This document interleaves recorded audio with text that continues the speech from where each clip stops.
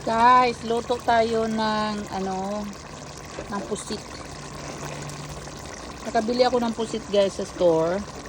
Yung maliliit, yung yung sa Bisaya to, kawayan nun yata. Yun yung may laman sa loob, may bihod.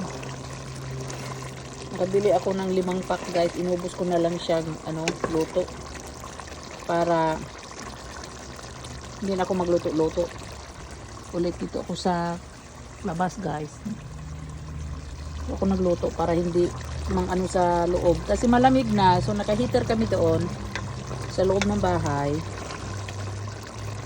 Then pag nagluto ako doon ng ganito, oh my god, didikit ang mga amoy guys.